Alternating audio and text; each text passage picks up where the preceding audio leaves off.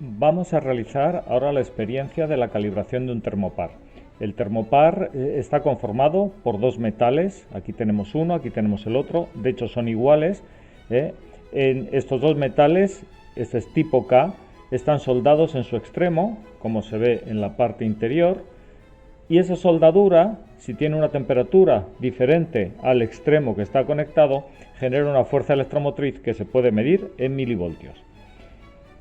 Por lo tanto, con este instrumento medimos la variable termométrica del termopar, que se mide en milivoltios, y lo que queremos es determinar la función termométrica. Eso quiere decir que a partir de esta variable del dato de fuerza electromotriz podamos conocer cuánto vale la temperatura.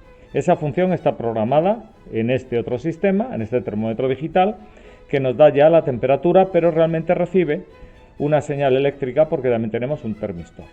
Tenemos también un termómetro de mercurio clásico. Este termómetro de mercurio, la variable termométrica, no es una función eléctrica. La variable termométrica aquí es una longitud.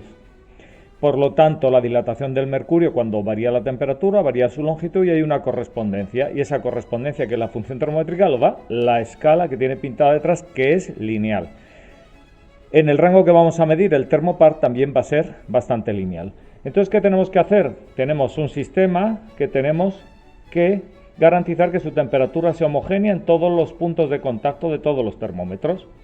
Para ello, lo que generamos es una agitación con este agitador magnético. Lo tenemos lleno de agua y lo que vamos a hacer es generar con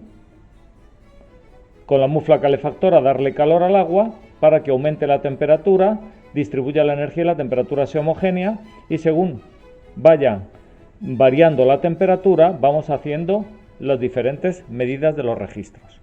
La primera medida que vamos a hacer ahora sería 15,4, como veis. Esto prácticamente va a ser 0, pero lo vamos a anotar. 15.4, 0.02 milivoltios, y el termómetro digital nos da 15. El termómetro digital tiene un error de 1 grado, el termómetro digital tiene un error de 0,1 grado, el termómetro de mercurio tiene un error de 1 grado. Vamos a dejar que se vaya calentando y seguimos haciendo las diferentes medidas. Cada 5 grados Celsius vamos haciendo las medidas hasta que se llegue a ebullición. Realizamos la segunda medida y así poco a poco vamos avanzando en las medidas para rellenar la tabla. Vamos tomando diferentes medidas.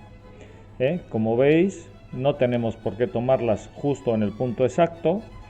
Hemos tomado hasta ahora estas medidas.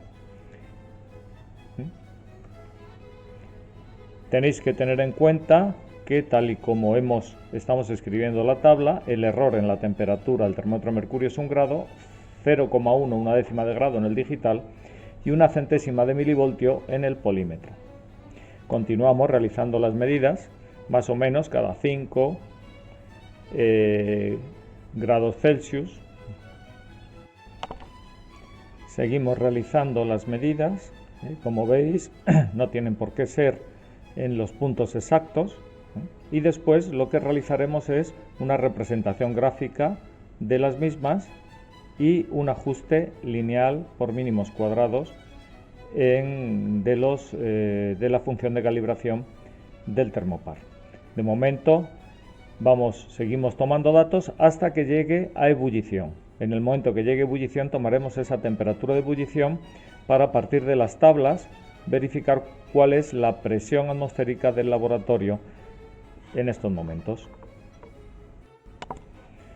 Seguimos realizando las medidas. Hasta ahora ya tenemos hasta 75 grados Celsius aproximadamente. Estamos cerca ya de la ebullición, por lo tanto, y seguimos midiendo. Posteriormente realizaremos el ajuste entre la temperatura del termómetro digital, que es la más precisa, con la fuerza electromotriz para obtener la función de calibración del termopar, como hemos dicho. Ya hemos llegado a ebullición. Esto se puede ver por cómo las burbujas se forman en la base las burbujas de vapor de agua en el cambio de fase se forman en la base del propio vaso, que es por donde lo estamos calentando. Y ahora lo que tenemos ya son las últimas medidas que podemos realizar ya en ebullición. Lo que verificaremos es que la temperatura ya no aumenta. Por lo tanto, hacemos esa última medida, 97.2, 3.31 y 97, que me da. Por lo tanto, estas serían ya las últimas medidas.